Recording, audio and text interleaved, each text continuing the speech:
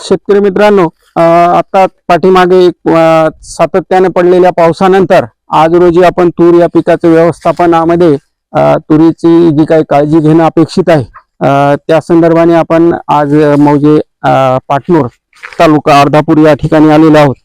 आणि या पिकाची परिस्थिती पाहता सध्याच्या काळामध्ये तुरीचे पीक हे घोडे भरणे किंवा फुलं लागण्याच्या अवस्थेमध्ये आहे। सध्या फुल धरण्यापूर्वीची जी काही कळी अवस्था आहे ती कळी अवस्था याच्यामध्ये आहे। तर या अवस्थेमध्ये तूर या पिकावर साधारणतः पाणी गुंडाळणारी अळीचा प्रादुर्भाव मोठ्या प्रमाणावर दिसून येतो।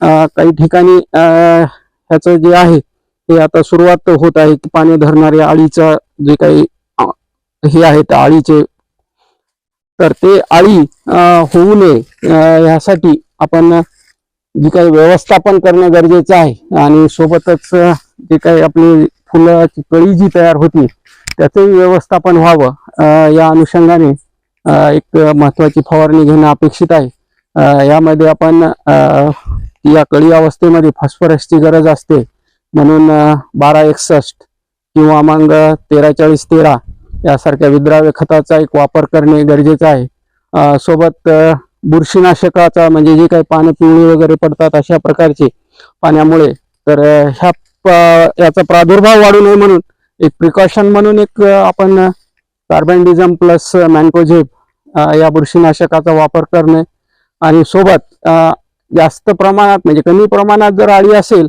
तर नीम ऑइल सुरुवातीच्या काळामध्ये, आणि जर मोठ्या प्रमाणात वाढत असेल तर थायोमेथाक्झाम प्लस लॅम्बडासायलोथ्रिन या कीटकनाशकाची फवारणी घेणं अपेक्षित आहे। आणि ह्या फवारणीनंतर म्हणजे जो काही पाठीमागे पडलेल्या पावसामुळे जी तूर पिकामध्ये जो ताण तयार झालेला आहे तो ताण तयार कमी होऊन पीक आपला जोमदार वाढीसाठी वाढ होईल आणि उत्पादनामध्ये फरक पडेल। याकरिता आपण ही जी काही आपण आता बोललेली 1261 प्लस बुरशीनाशक आणि कीटकनाशकाची फवारणी घेणं गरजेचं आहे। धन्यवाद।